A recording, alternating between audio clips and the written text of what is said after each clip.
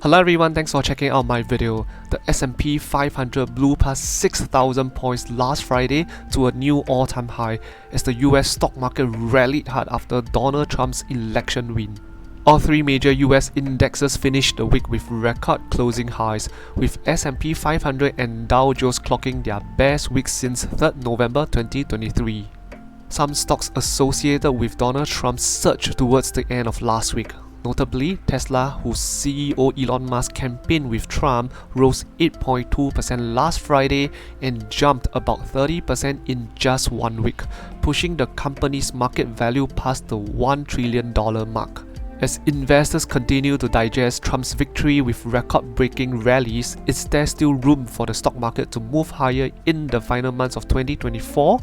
Let's discuss them in this video, and as always, stay throughout the video to find out more. Okay, it was a very strong week across the US stock market last week, mainly due to the huge rally that happened last Wednesday following Donald Trump's victory. Investors are basically betting that a Trump administration will bring along tax cuts and looser regulations which could boost US companies' profits and the country's economy. Many stocks that are associated to Donald Trump rallied particularly hard last week, such as Tesla, Trump Media, Coinbase, and almost all the major US bank stocks. In addition, Bitcoin also went on a record run throughout the entire week, climbing past 77,000 at one point following Trump's victory, as his pro-crypto stance fueled investors' optimism. And amongst all that stocks that I have just mentioned, Tesla was the standout one. Probably because Donald Trump's presidential win is widely seen as a positive catalyst for the company due to the CEO Elon Musk's close tie with the Republican president-elect. Tesla's share price popped more than 30% since the start of last week. By the end of the week, the company's market value has surpassed $1 trillion, a feat that was last seen back in 2022.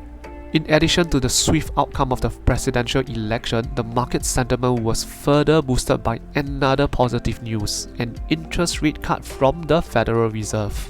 Basically, the Fed chairman Jerome Powell delivered a widely expected 25 basis point rate cut last Thursday and hinted that more rate cuts are coming as long as inflation doesn't rebound. To add on to that, Powell also mentioned that he is feeling good about the economy during his press conference. So with all this positive sentiment and news, investors pushed the broad market index S&P 500 above 6,000 level for the first time in history. What an incredible time we are living in. Alright, for the upcoming week, I don't think it will be as crazy as the past 2 weeks where we had the big tech earnings and US presidential election. That being said, we still have a key event coming up. On 13 November Wednesday, investors will be paying special attention to the release of CPI data. The market will want to know whether the inflation is continuing its downward trend and if the latest number can help sustain the current record-breaking rally. The CPI for October is expected to come in at an annual pace of 2.6% according to economists polled by Reuters. This would be a slight uptick from the 2.4% in September, but as long as we don't have an upside surprise, I think the market shouldn't tank. Because overall, the inflation number is still heading towards the Fed's target of 2% and is definitely way lower than the 9% rate in 2022. And then on Thursday, 14 November, the market will receive data on the Producer Price Index and initial jobless claims, which again I don't think it will move the market by too much. By the way, on the very same day, Federal Chairman Jerome Powell will speak about global perspectives.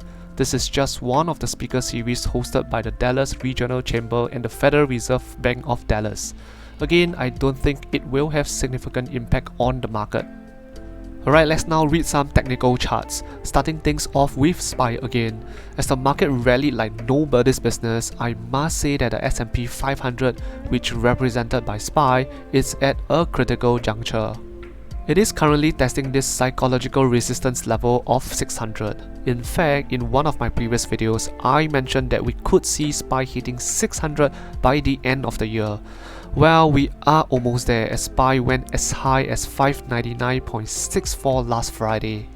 For the upcoming week, I am expecting SPY to touch and test this 600 resistance level. Okay, I know it may sound like it's as good as not saying anything, but testing this psychological level could lead to either a significant breakout or a sharp pullback. This means that you might want to adopt a cautious approach at this point and see if the bigger than usual direction is towards the upside or the downside. The last time we crossed a similar psychological landmark level was earlier this year in February. SPY went close to the landmark level of 500 on a few occasions, and finally it gapped up with a solid green candle. Since then, it had a breakout and went as high as 521. From 500 to 521, that was a good 4.2% jump, which is very significant for an index like S&P 500. Anyway, using the Fibonacci extension levels, the meaningful resistance levels above 600 are around 606 and around 616. And if we are talking about significant movement, then 616 would be the bullish target. But I got to have a caveat here. Like I always said, at all-time high, it's almost impossible to guess at which point will the market makers start taking profits.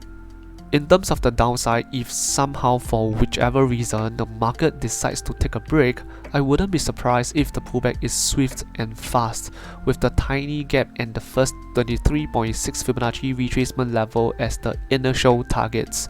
The range of the gap is 591 to 593, while the Fibonacci level sits at 585. Well, do you think you will panic if the market suddenly drops 13 points from the current level of 598 to 585? And to preempt you, if 585 doesn't hold, there is then a higher probability that the bears could bring SPY back to the huge gap between 576 and 585. Anyway, if the current rally is going to continue into year end, then I don't expect 575 to break. If it does, I will provide more updates on the technical analysis of the broader market again, so do stay subscribed to my channel, okay? Alright, let's check out Apple's chart. Apple seems to have found some support at the 38.2 Fibonacci support level at 221, as it traded around that level for 4 trading days before bouncing up. However, this doesn't mean Apple is bullish yet. It is currently near a point of heavy resistance around 227. This is a double resistance level formed by the 50 moving average and the Fibonacci level. If let's say Apple is able to reclaim this level, I would think the odds of Apple hitting 230's range again are high. At 230's range, expect a bit of resistance at around 233, where that blue dotted line is. If Apple can climb above this level, then I would expect the share price to go on and retest the all-time high at 237. But on the other hand, if Apple gets rejected by the double resistance level at 227, again look out for 221 as a decent support. If this level breaks, then it's quite likely that Apple will continue to drop towards 216, where the 50% Fibonacci level is. Okay, the bulls would want to protect this level because if it breaks, we can then say that Apple's short-term uptrend has been reversed and it is bearish. Alright, moving over to Tesla's chart. Tesla looks like a rocket to me. Just last week alone, Tesla rocketed more than 30%. And from the recent low of 212 to the recent high of 328, that's a 55% pop. There are a few possible reasons behind this whopping rally. First of all, obviously it is due to the effect of Trump's victory, as Elon Musk has been endorsing Trump before the election. Secondly, FOMO investors were stepping in as they were afraid to miss out on the upside. Thirdly, just my wild guess, there could be some shorts covering their positions as they get forced to buy more Tesla shares. Okay, but if you were to take a step back, you will notice that Tesla's fundamentals have remained largely unchanged over the last 2 weeks. Investors were simply pricing in the possibility of a more regulatory friendly environment for Tesla's business once Trump assumes office. So here's the question for you: sentiment driven rally and shorts covering rally, are they sustainable in the long run? Well, I will leave that for you to answer. Meanwhile, looking at the chart, the RSI indicator is approaching the overbought territory, and it is at its highest point since 4 months ago back in July this year. Okay, but when RSI hit this level, it doesn't mean that the share price can't go up any further or that it will come crashing down. It simply means that the upside is limited or capped and the odds of a pullback increase, but nobody will know when exactly the retracement will come and the extent of it. The point here is be very careful if you are chasing the price now. You could be a little late to the party. Alright, let's say the retracement comes this week. Within the blink of the eye, we could easily see Tesla hitting low 300 again, where the first Fibonacci retracement level is. The level 300 is the psychological level that the bulls would want to protect. If it gets breached, we could be looking at another 15 to 20 points drop, with the next support level at around 285. Okay, I know it may sound unlikely at the moment given how bullish the sentiment and momentum are now, but if you think about it, from the current price of 321 to 285, that's only about 11% drop. If you can take the 30% surge, you must be able to stomach a 10 to 11% drop. On the other hand, if we only have a very small pullback or if Tesla bounces off the low 300 level, then the uptrend could continue. Reason being, by then the RSI indicator would have cooled off, giving it more room to go up. Using the Fibonacci extension levels, the next meaningful resistance could be 338. If bulls can go above that level, then the next two levels to watch are 364 and 384. These two are the highest levels since April 2022. And if somehow Tesla can also go above this level, then I'm not kidding you, we can really expect Tesla to hit 400. But honestly, I don't think Tesla could hit 400 this or next week. It's really an uphill task, but I could be wrong. Jumping over to Google's chart, Google appears to be facing a bit of resistance at the 180 to 182 zone. It has tested this area 3 times in the last 2 weeks. Come this week, for the bullish thesis, 2 possible scenarios. First of all, obviously if Google can break above 182, that's bullish. And above this 182 level, the air looks quite fresh, which means Google might continue to push towards 190. Another possible bullish scenario is that Google retraces to retest the support level at 174 and then rebound off it. That will give us a classic retrace, retest and rebound moment. When that happens, I would expect Google to finally go above 182. Just to add, the bullish inverse head and shoulder pattern that I have been talking about for weeks is still intact. It will only be invalidated if Google falls below 169 where the neckline is. Okay, in terms of the bearish thesis, if Google retraces and loses 174, I must say it then has a high probability of filling that big gap between 170 and 173 and probably retest the neckline that I have just shared at around 169. But honestly, no matter how Google retraces this or next week, even if the neckline breaks, I wouldn't be excited as long as it is above 164. Or rather, so long as Google stays above both the 50 and 200 moving averages, the uptrend is still intact. It is only when Google retests or even falls below these 2 moving averages, then I will either consider picking up some shares or sell cash secure put, which is a bullish move. Moving over to Meta, well, nothing exciting or interesting about Meta at the moment as it has been range bound for a period of time already. The range that I'm talking about is between 561 and 603. This looks like a period of consolidation to me. But here's something to watch. The MACD is about to have a bullish cross, and if this bullish cross can happen this week, then I would expect Meta to hit 600. And at 600, which is so near to its all-time high, it will once again be a make or break moment. If Meta makes it above 600, when I say that I meant to close above 600, then a new record high could be created. Because it is noteworthy to highlight that Meta went towards this 600 level twice previously but was unable to close above it. Maybe 3rd time's a charm? On the flip side, if this is a break moment for Meta and Meta gets rejected at this 600 to 602 area, it could fall back towards 577 again or perhaps even hit the 560s range. Actually, if you were a trader and were able to trade this predictable range bound movement for the last 1 month or so, you would have profited quite a fair bit. Just imagine if Meta follows the same movement in the upcoming 1 or 2 weeks, you would be able to ride the downside from around 600 to 570, and that's a 5% drop.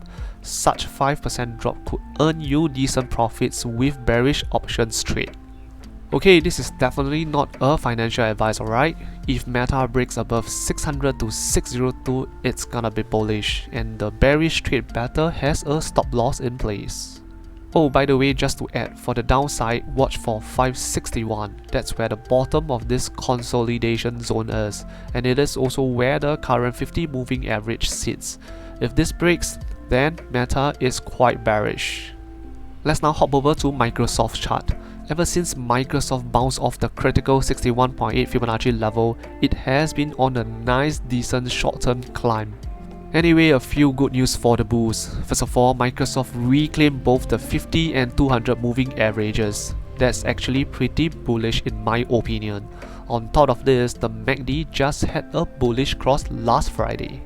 Come this week, if Microsoft can reclaim the 100 moving average at around 426, that's very bullish actually. I mean, to reclaim 3 significant moving averages in less than 2 weeks, that's quite amazing, isn't it? When that happens, I would expect Microsoft to probably fill the post-earnings gap down entirely, which means it could go as high as 432 where the top end of the gap is. To me, that post-earnings gap down was uncalled for, and that was why I was of the view that the period was an opportunity for buyers to step in, which I did, and I did it near the 61.8 Fibonacci support level. Anyway, above 532, and if Microsoft doesn't get rejected, I think naturally we can expect Microsoft to slowly grind towards the 440s range again. On the other hand, if Microsoft displays weakness, watch for their 2 crucial 50 and 200 moving averages, in other words around 420. If both moving averages get breached, we could then see Microsoft going towards low 410s, or perhaps even the 61.8 Fibonacci level again. Okay, here's the question. For those who have missed the upside, if Microsoft falls below 410 again, would you pick up some shares, or do you think it could go lower? Finally, let's move over to Nvidia's chart. We had a little retracement last Friday, and so it will be interesting to see if the pullback continues this week. If it does, watch for 2 levels. The first one is the green dotted uptrend line. If Nvidia falls below this line, it is the first sign of bearish momentum.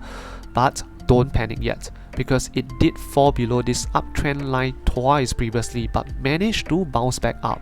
Which means if Nvidia retraces and bounces off this line, that's quite bullish, and we could surge higher towards the 150s range. But then if Nvidia continues to trend downwards and stay below this uptrend line, watch for the 23.6 Fibonacci retracement level as the first support level at around 136. However, given how volatile Nvidia can be, even if this 136 level gets breached, there is nothing to be worried about yet. For me personally, I will pay more attention to the 50 moving average at around 127, because the last 2 times when Nvidia fell below this moving average, it continued to flush down quite a fair bit. The recent one was in August this year, where Nvidia fell from around 120 to 101. That was a 15% drop. The other recent occasion was in July, where the share price plunged from around 118 to 91, and this was a 22% decline. Therefore, watch this 50 moving average closely. As for the upside, honestly, nobody has the crystal ball to be able to tell you how high it can go. At 130s range, people were shouting for 140s. Now at 140s, people are shouting for 150s. And we almost hit 150 last week, wasn't it?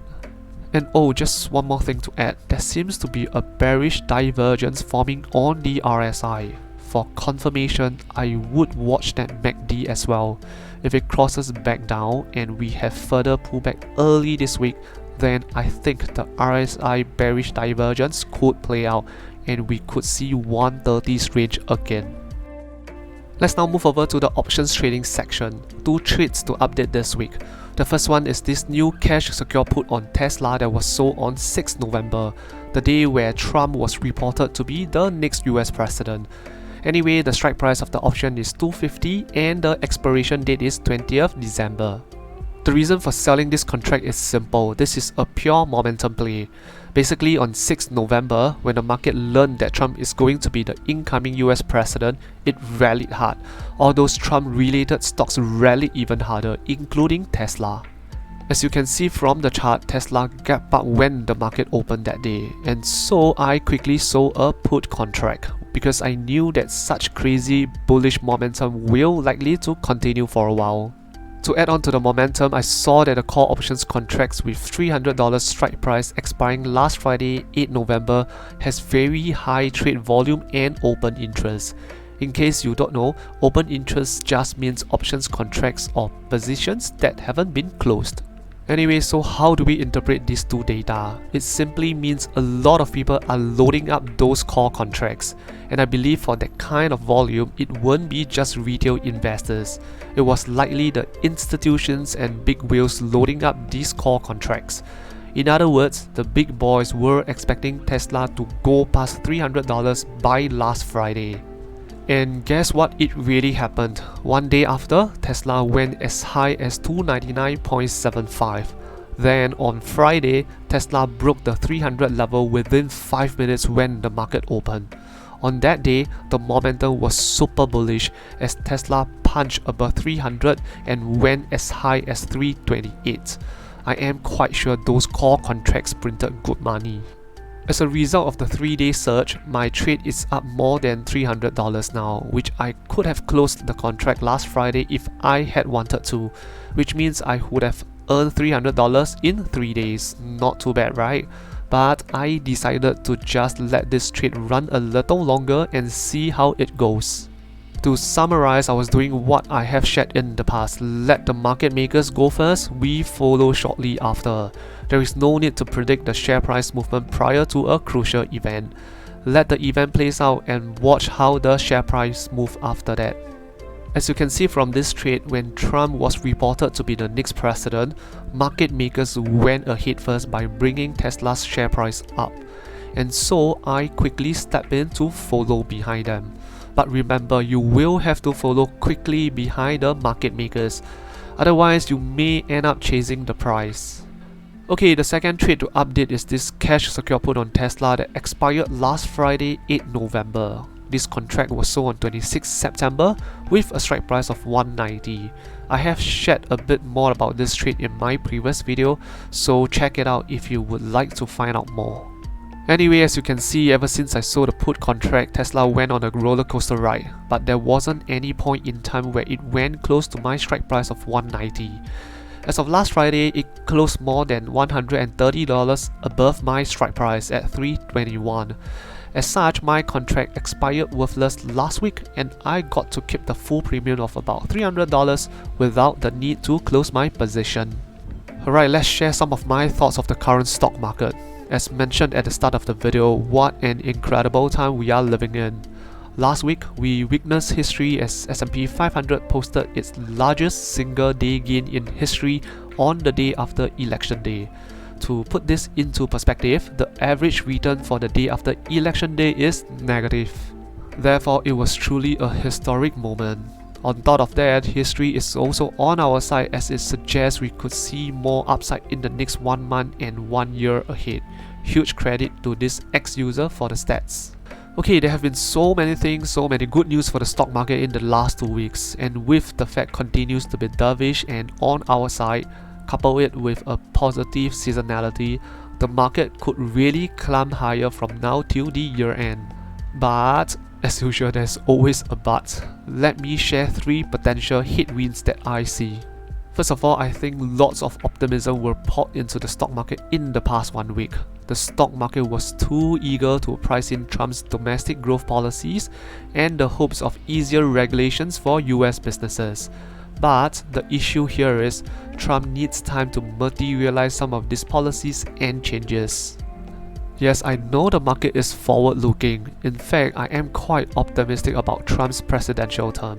But in the short term, the parabolic run-up that we currently experience in the stock market might not be sustainable. You can't expect S&P 500 to jump close to 5% every week or Tesla to pop 30% every 5 days. Secondly, technically speaking, the sharp post-election day rally has pushed major indexes and several mega-cap company stocks into overbought territory. Therefore, a breather or a short break is bound to happen, and it is just a matter of when. Thirdly, the market could slowly grow into a greedy and complacent mode. Times like this, when everything seems like it's all working well, people will start thinking, what's going to hit us? Basically, sentiment is getting a little bit stretched right now, and this is when it can be dangerous as a pullback could catch people off guard. Okay, before you walk away thinking I am bearish about the market, just to clarify, I am not. The headwinds that I have just shared are for the very short term. In fact, they could present opportunities for investors to pick up discounted shares if they had missed the latest rally. All in all, I would still want to stick to that primary overall trend, which is an uptrend. Alright, that's all for this video. What's your view of the stock market in this post-election and Donald Trump's era? Let me know in the comments section below, and don't forget to help me with the like button if you found my content useful. Thank you very much.